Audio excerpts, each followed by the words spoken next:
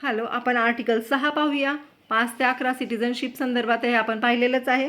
Article 6 पाहू का आहे. Right of citizenship of certain persons who have migrated to India from Pakistan. पहा, who have migrated to India. To India म्हणजे भारतामध्ये त्यांनी मायग्रेशन करून आलेले आहेत.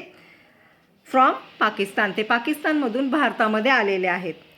नॉट विथस्टँडिंग एनिथिंग इन आर्टिकल 5 मध्ये दिलेलं आहे की इथं जन्म झाला पाहिजे, इथले पालक असायला पाहिजेत, असं काही नाही. तर notwithstanding anything in article 5, a person who has migrated to the territory of India from the territory now included in Pakistan shall be deemed to a citizen of India at the commencement of this constitution. पहा, जे भारतातून मी सांगितलं, भारतातून बरेच लोक पाकिस्तानमध्ये गेले, पण ते पाकिस्तानमध्ये नाही राहू शकत. ते पाकिस्तानवरून परत आपल्या भारतात आले, किंवा ज्यांना rights of citizen migrated to India from Pakistan. पाकिस्तानचा जो विभाग तयार झाला होता तिथून काही लोक आपल्याकडे परत यायला लागले पाकिस्तानमध्ये. मग अशा वेळेस वर 5 असे आर्टिकल 5 मध्ये काही सांगितलं असेल तरीसुद्धा या लोकांना सुद्धा नागरिकत्वाचा अधिकार देण्यात येणार आहे. काय अट आहे पहा. If he or either of his parents or any of his grandparents was born in India.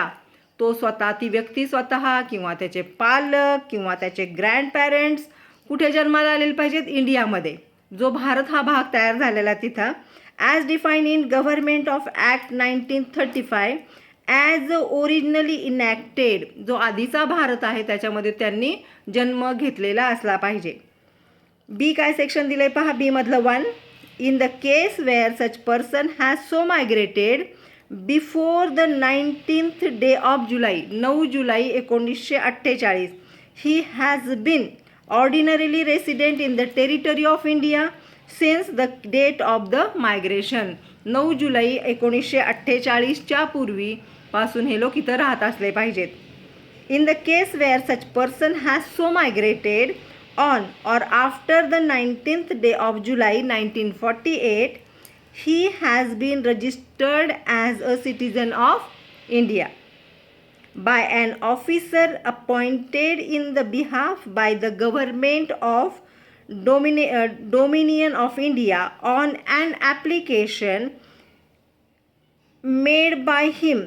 Therefore, to such an officer before the commencement of the constitution in the form and manner prescribed by the government. Okay, याच्यामध्ये काय सांगितलेलं पहा.